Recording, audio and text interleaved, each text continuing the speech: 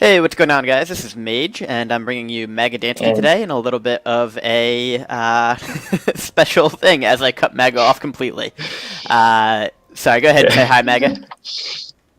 hey, Okay, and what we're going to be doing today is showing you a creep route of special thing as I cut Maga. There we go. We're going to be showing you what goes on in Magadansky's head while he performs creep routes as Undead. And we're going to try and cover a bunch of different maps, but our first one up is Silverpine because that's where this first round of FML is taking place on. We can see that we have three undead players that are computers on the map. They've just been put to easy, but the main purpose is that they'll be spawned on the map, and we can see how Magadansky deals with different scenarios, such as if he's got a wide open spot, if he's surrounded, and how he scouts in general. So Magadansky, why don't you go ahead and tell us a little bit about your early build here, and some of your first thoughts going forward. all right. Well, as you see, I'm opening with the typical Fiend build, which is like, in general, the best one and the most standard one you can get. Also, the safest one, in my opinion. Um, Silverpine Forest is a map where certain positions benefit wood management better. Okay, I'm lagging. Magadansky, the first person to lag out of a custom game. There we All go. right, I'm back. So that was a strategic lag, correct? Yeah, I guess just to um, Just give your just opponent to false give hope. to organize my thoughts, I guess. So personally, as I said, there are certain positions on that map where you cannot place your graveyard next to the bigger patches of wood. Like I'm next to a such position, and as you can see, I have to place my graveyard next to a patch where there is not much wood, but that's more or less inevitable. Um, Silverpine Forest in general is a map where there are shredders, but there are only two goblin labs. So when you scout, or at least when I scout, my priority is to see if there is a player next to the goblin lab which is closest to me. So that's why your acolyte is headed over that way? Yeah.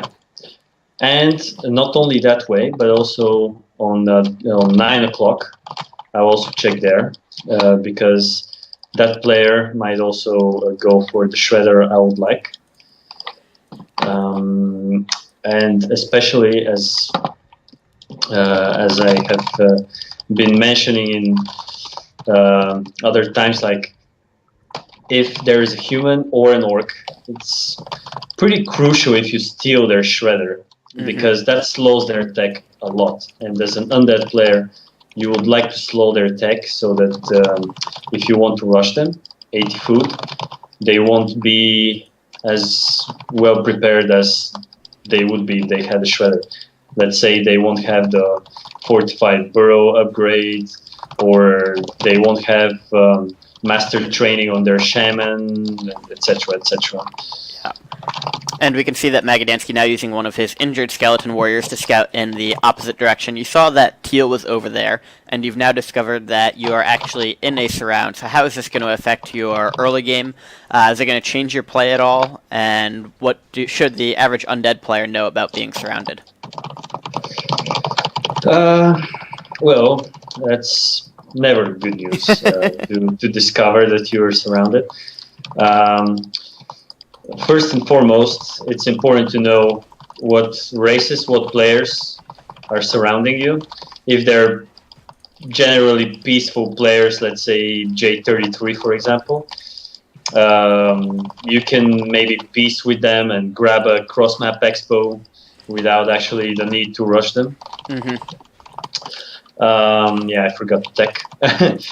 And but if they're players that you sometimes rush, sometimes they don't, but you cannot actually rely on the fact that you can actually piece and just grab a cross-map expo, then what I'll do is like make an aggressive expo on the easiest creep, the natural expansion in that case. and tower it up, and then as quickly as possible go for 80 foot, try to rush. Okay. Basically, it's yeah. Try to make up for the economy by having good heroes here. We can see that you are at the red shredder camp now. Are you going to try and take down the ogre lord, or are you just getting the shredder and getting out now? I'm just getting the shredder and getting out. Okay, so how many fiends do you think you need in order to creep the ogre lord? What's your comfortable amount? 3 are enough, but you need the lich.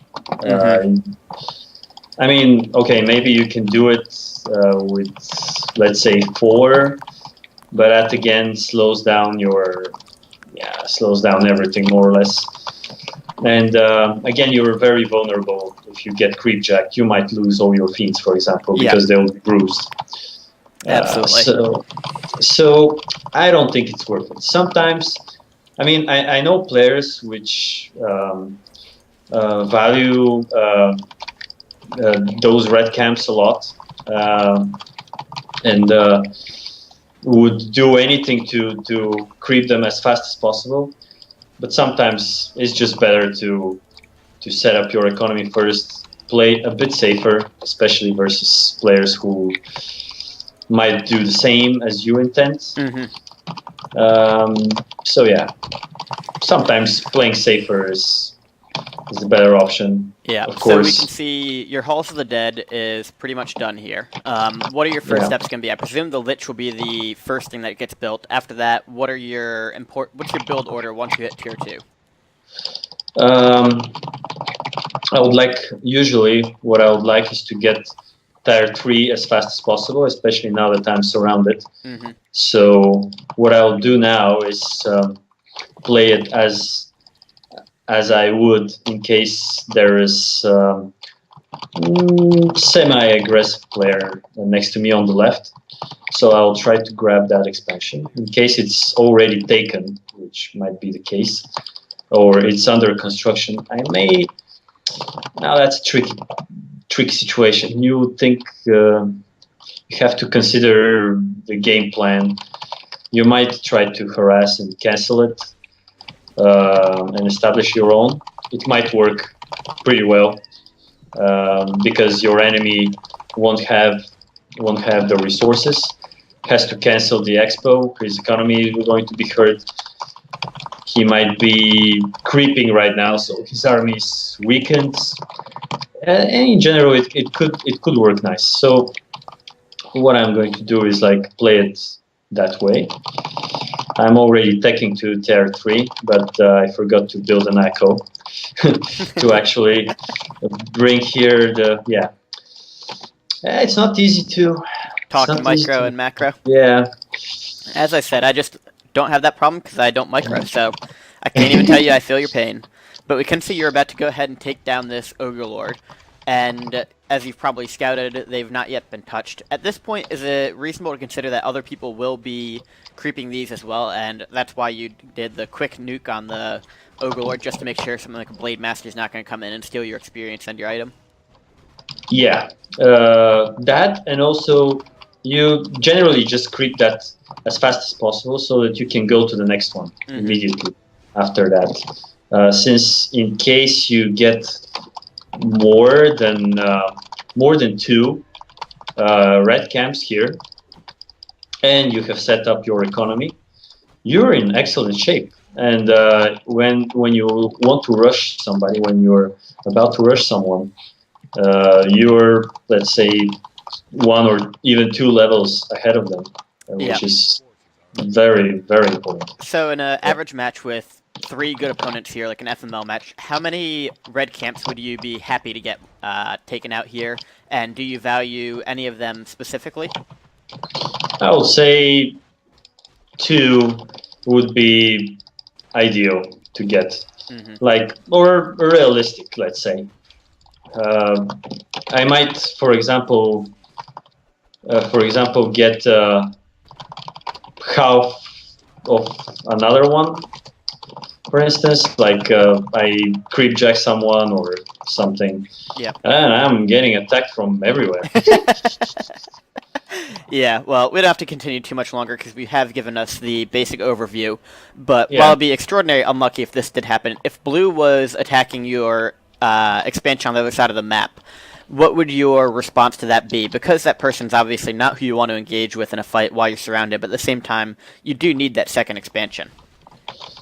I'll try to just convince him that I'm surrounded. I need that expo, and I'm not hostile to him, etc., etc. Mm-hmm. So you try to use your words. I'll have to try and talk it out, since I cannot really fight it otherwise. Yep. Cannot defend it. So that's fair. And we can see that you have tier 3 here. You're getting your Boneyard. Your Dreadlord is on the way out. And just kind of a final thing, what is your ideal building? So how many crypts do you want to have, how many slaughterhouses, and how many boneyards? Since this is a map that obviously is a little harder to come by wood late game, and it's a bit of a smaller base as well, does that affect how many buildings you want to have, or do you have a set amount that you usually have per map depending on the opponents? Well, for instance, generally I have like 2 slaughterhouses, 1 boneyard, 4 or 5 crypts, depending if I'm versus an elf, and then the orc human. Yeah, and it doesn't really matter on the map. It matters mostly how many expos I have. So in that case, I lost my expo. So let's say, I mean the cross map expo. So let's say I don't have that expo, and I have to actually break out in order to take more. I wouldn't make 4 crypts, for instance, because I just cannot make enough units. Yeah. So I made 3, and I can make, like you can see now, 3 Gargs, Frostworm, and 2 Destroyers. Yeah. And it perfectly fits. Okay, in that case, I just lost my echoes here in the natural too. But yeah. Okay. Any other thoughts you want to cover on this map before we move on to our next map? Well,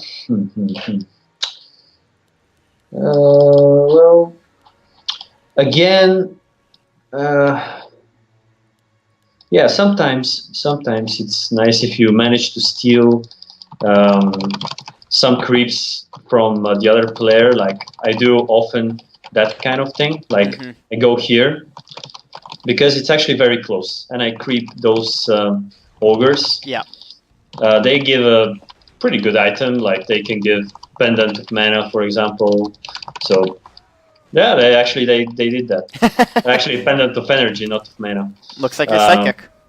Yeah. So in case you can get that, that's pretty nice, and they give good experience, easy to creep. And in case you want to rush that guy on 3 o'clock, again, you steal creeps from him, and you will be 1 level above him when you actually fight. All right. Well, that makes sense.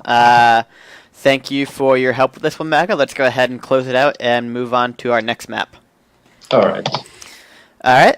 So again, that was Magadansky showing us how to creep on Silverpine. If you have any questions, please feel free to leave them in the comments, and I'll make sure that Magadansky gives us an answer. So thank you very much for watching, and Maga, thank you for your time. Well, thank you.